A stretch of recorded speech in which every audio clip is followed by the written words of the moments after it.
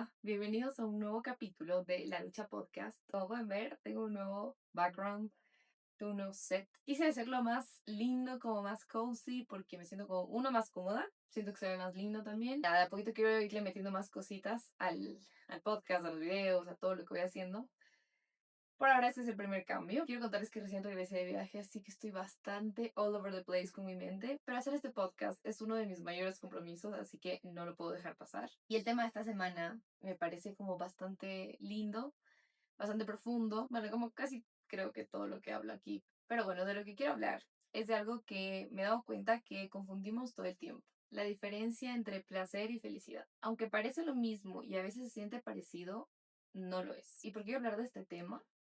Porque mientras sigamos viéndolo como lo mismo, vamos a seguir buscando en el lugar equivocado, vamos a seguir haciendo las cosas equivocadas, por decirlo así. Y muchas veces preguntándonos por qué con todo lo que ya tenemos, alcanzamos, logramos, todavía sentimos que algo nos falta. Para entender por qué nos cuesta tanto diferenciarlo, me gustaría contarles algo sobre cómo funciona nuestro cerebro. En nuestro cerebro tenemos un sistema de recompensa, que es como una red de circuitos cerebrales que responde cuando hacemos algo que nos produce placer. Entonces, cuando ese sistema se activa, el cerebro libera dopamina. Seguramente han escuchado que se le dice comúnmente la hormona de la felicidad, que no es como tal de la felicidad, sino que impulsa la motivación, el deseo, la búsqueda de nuevas metas. Y ese sistema funciona como un bucle.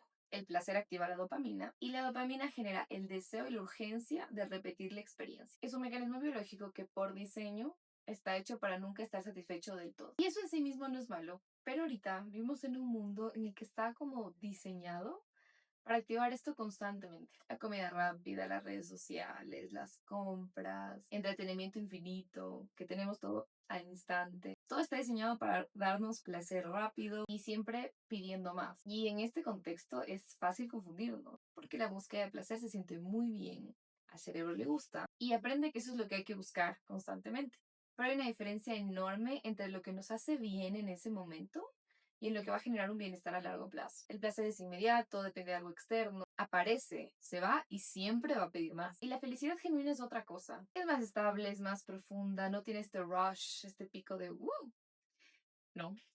Y no depende de algo específico. Creo que una de las razones por las que nos cuesta tanto encontrarla es porque buscamos esta felicidad, que es mucho más profunda y más compleja, en fuentes de placer, que son las que tenemos de forma inmediata, digamos, al alcance de nuestra mano. Y por supuesto, cuando pienso en esto, de una lo asocio con redes sociales. Es la típica de que ves a alguien que hace ejercicio todos los días, que viaja full, tiene una rutina súper estructurada. Nuestro cerebro salta enseguida a esta conclusión de eso es felicidad.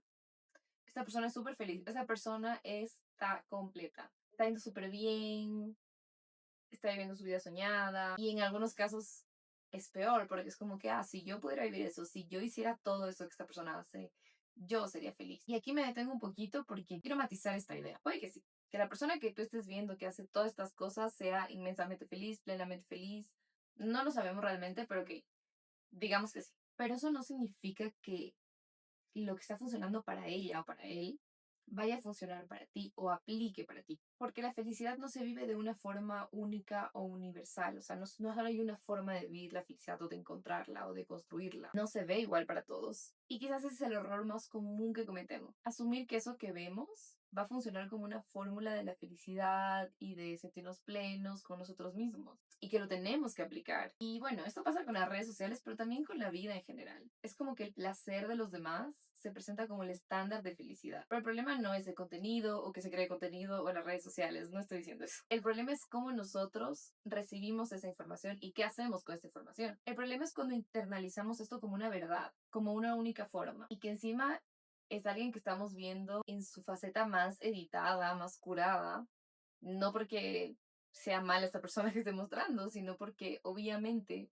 eh, todo está filtrado. O sea, esto que estoy grabando para ustedes, obviamente está filtrado. Obviamente mis silencios no van a estar aquí. Obviamente cuando no me acuerdo de algo y veo el script, no va a estar aquí. Entonces, de alguna forma, sí es una versión, tal vez no la mejor, la que muestro porque trato de hacerlo un poco menos, o sea, no tan producido lo que hago, pero sí es una faceta con la que yo estoy ok, que me vean al final. No voy a mostrar lo peor de lo peor cuando no me acuerdo nada del script. O sea, quedé mal, quedé pésimo. Entonces, además de no conocer las otras personas, tenemos que estar súper conscientes de que todo lo que está online de alguna forma está curado y en general todo lo que está fuera de alguna forma está pensado.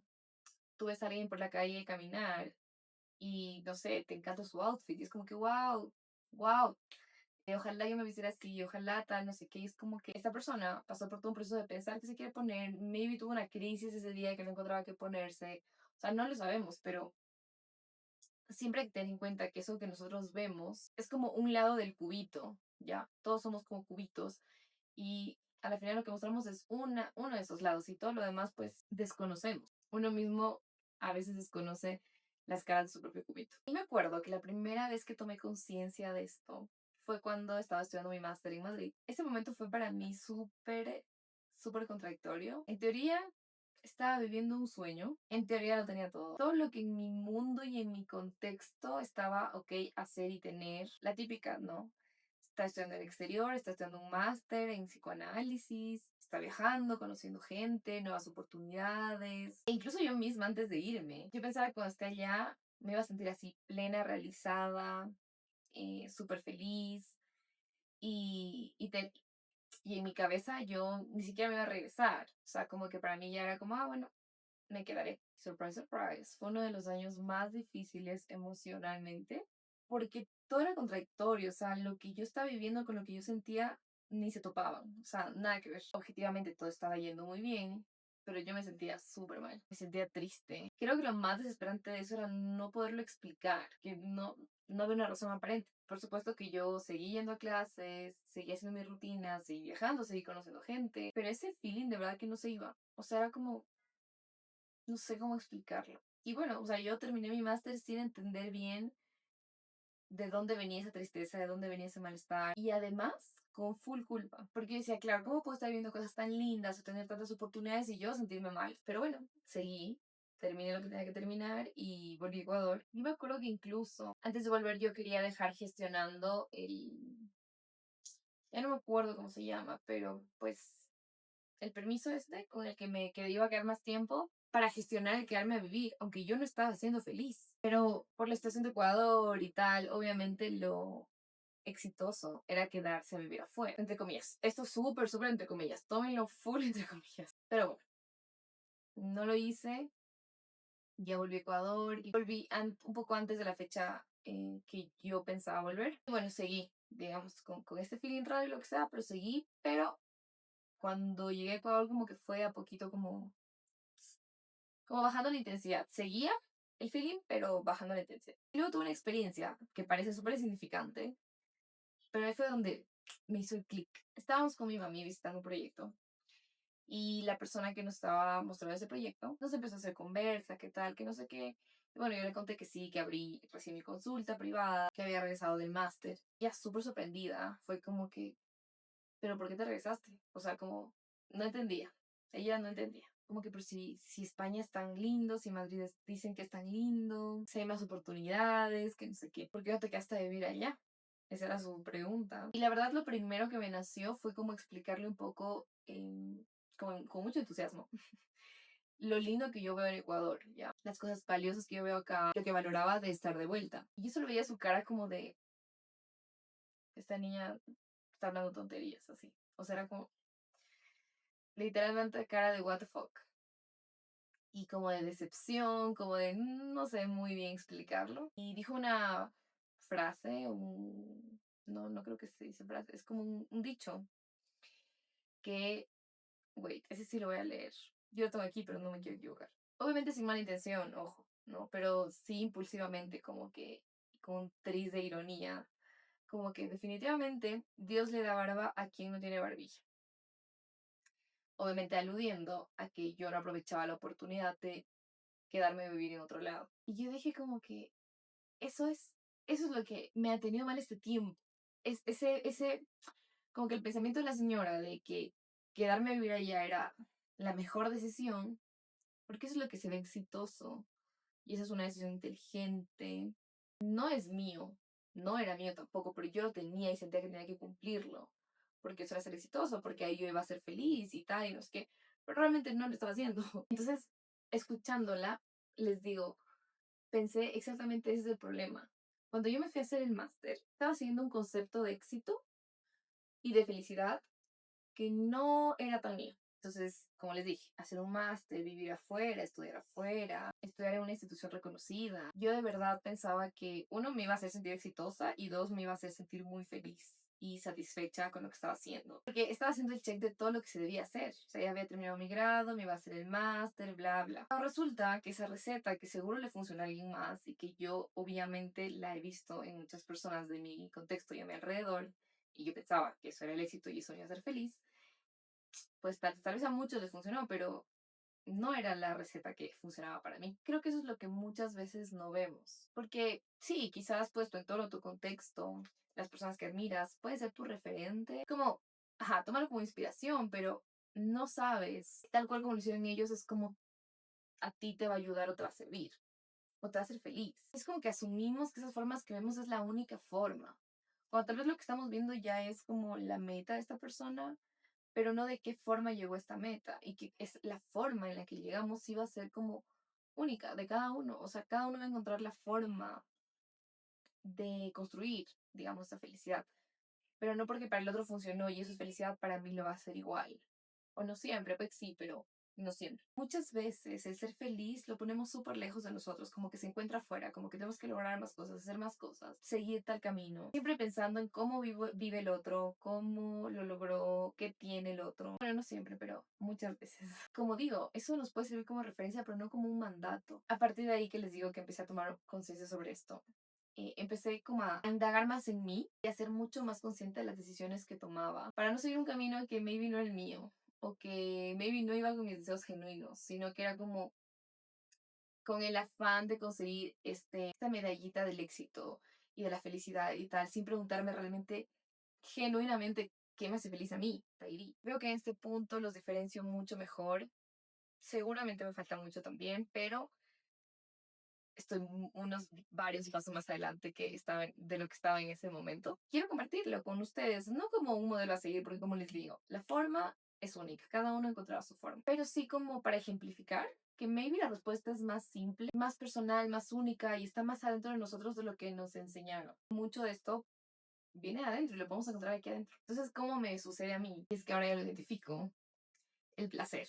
El placer para mí es bastante fácil de identificar y lo siento cuando compro algo que quiero, cuando viajo, cuando como algo rico, cuando tengo una experiencia muy nueva y obviamente yo estoy súper consciente de lo afortunada que soy de poder vivir eso y agradezco todos los días por eso, pero también estoy consciente de que esas son mis fuentes de placer.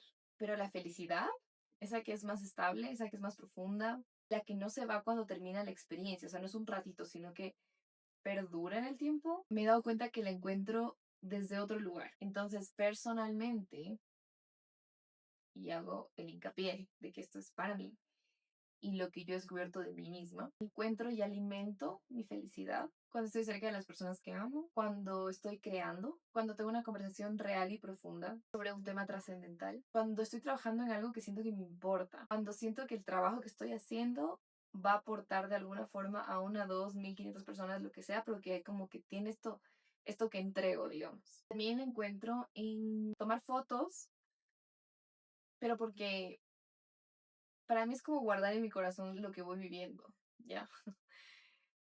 Yo sé que es bastante superfluo tomar una foto, pero para mí tiene otro significado, o sea, es como, esto lo viví, esto lo tengo y como que siento que no se me escapa tan rápido.